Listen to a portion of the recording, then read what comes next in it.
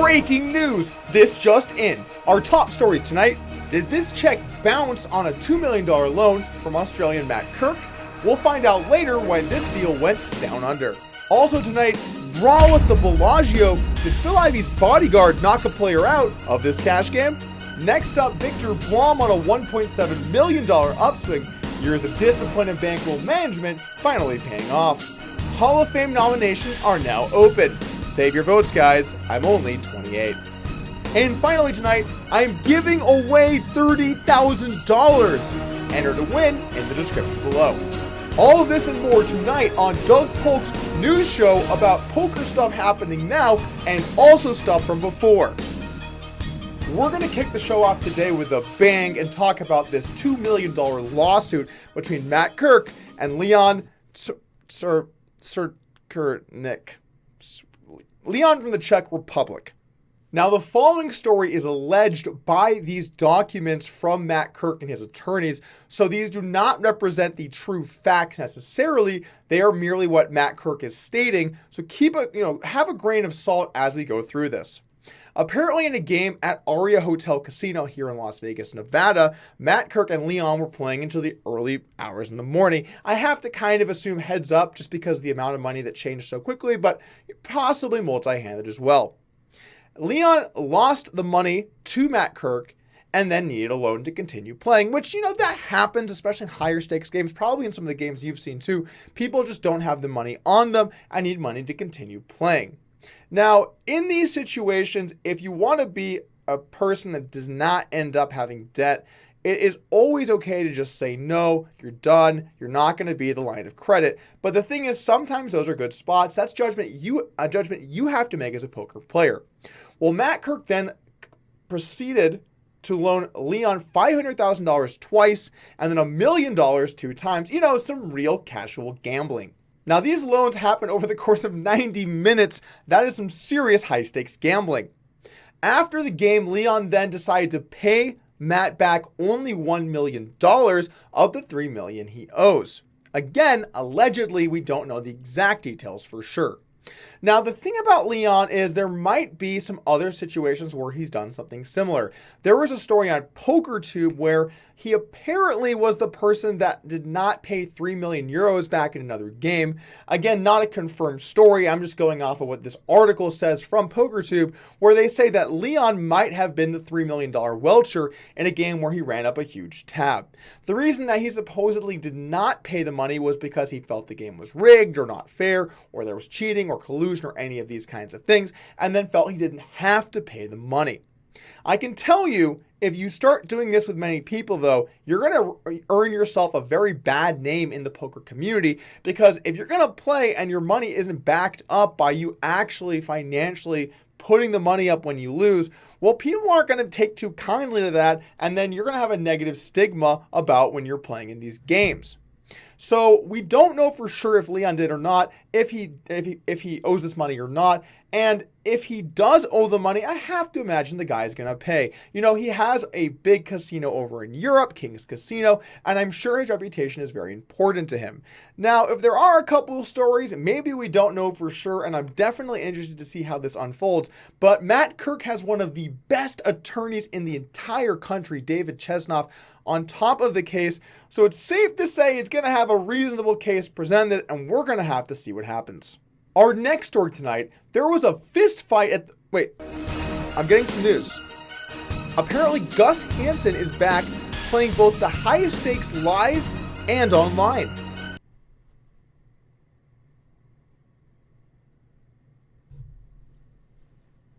Anyway, back to our story. There was a fist fight in Bobby's room. Jimmy Fricke tweeted out, "Full-on fist fight in Bobby's room just broke out. Was over pretty quick, but wow." Apparently, it was between Phil Ivey's bodyguard and some guy in the game. Now, this surprises me a lot. You'd think a brawl is the kind of thing you'd see at maybe, some home game somewhere, some smaller stake stuff. But with people playing really high stakes, yeah, I get that, emotions can run high, but these should be people that understand you can win or lose a lot of money.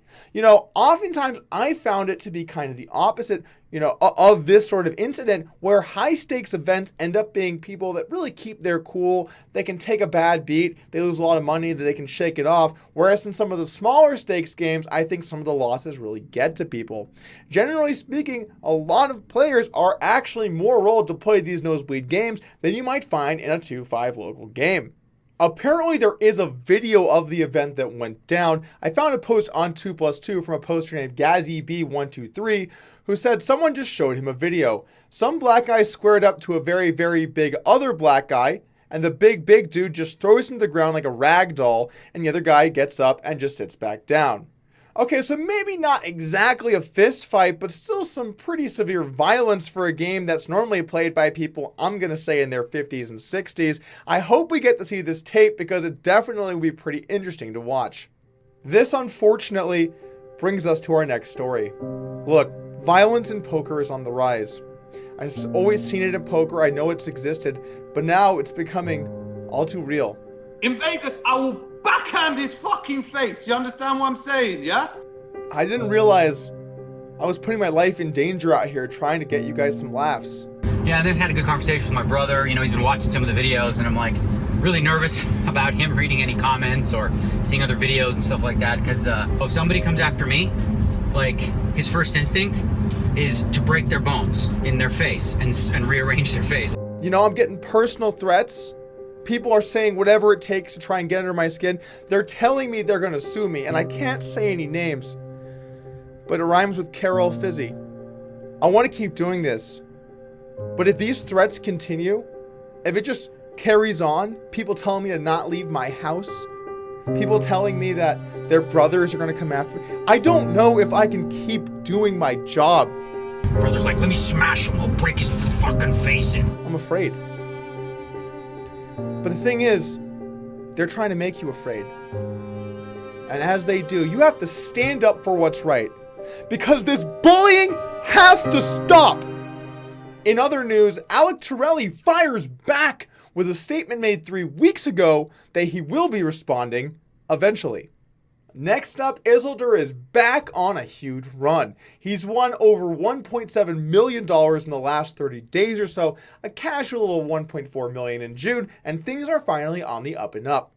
The winnings have come in a variety of game formats, but I think a lot of it has been heads up against Raul Gonzalez, a German pro. Now, we've seen these kinds of upswings from Isildur before, but he's at a current all-time high on PokerStars, and look, maybe this is finally it. I know he's been kind of under the radar playing some low stakes for the last few months to year, but he's playing high stakes, he's winning, and he's at an all-time high on stars. I will say I would like to see him maybe be kind of responsible here, learn from the past, mistakes, put some money away, drop down a little bit, fix things, get it all kind of going together. And I'm not saying he's in trouble by any stretch of the imagination. In fact, it doesn't seem like he's lost money in quite some time.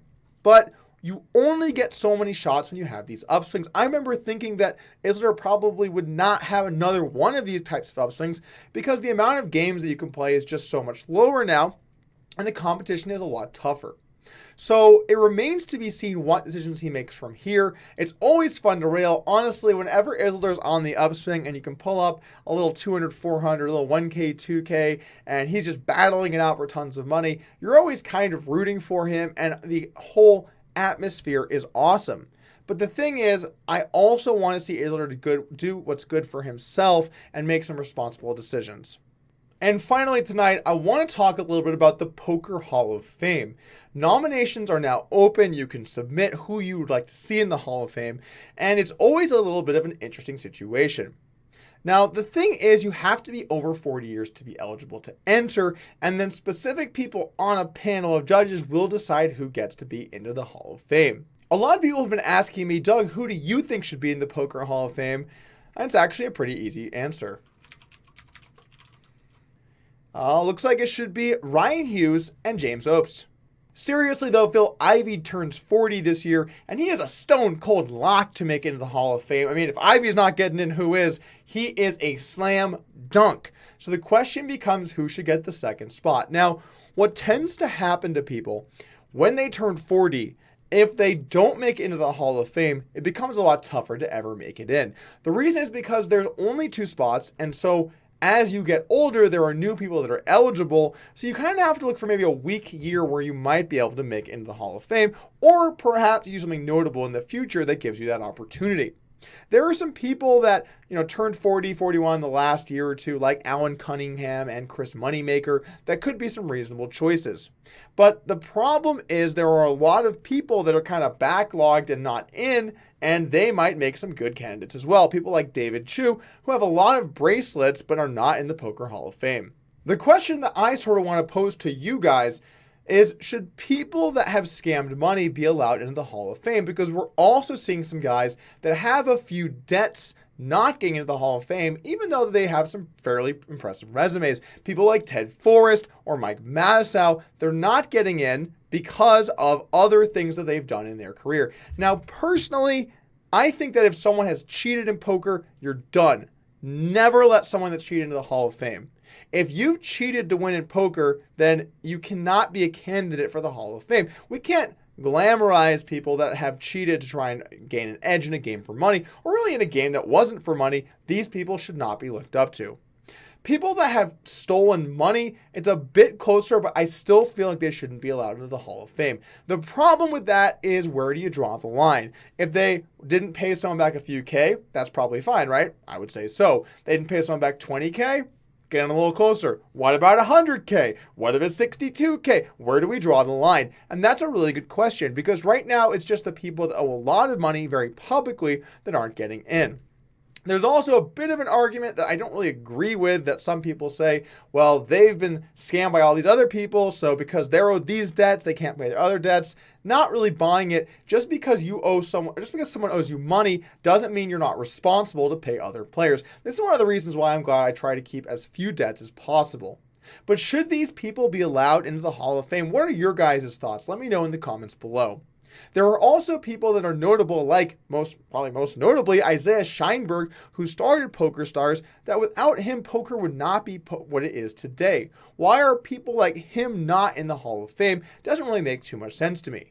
Now, if you said, Doug, he's not a player, Hall of Fame is for players, I might agree with you, except there are people in the Hall of Fame that are not poker players. These people include Jack Binion, Jack McClelland, and Eric Drache. I do think people that have changed the game in a way to help the world of poker should be involved in the Poker Hall of Fame. I don't think people that cheated or owe a lot of money should be. That line seems blurry. It's going to be very interesting to see who picks up that second spot. And what I'm also interested in is what's going to happen in 10 or 15 years. We're going to have a big wave of new players that are ages currently between probably 25 and 32 that are new age guys coming up that have done well and made big names for themselves. At that point, if you're an older player and you haven't made the Hall of Fame, you have to think your chances are basically zero, and it's going to get pretty competitive.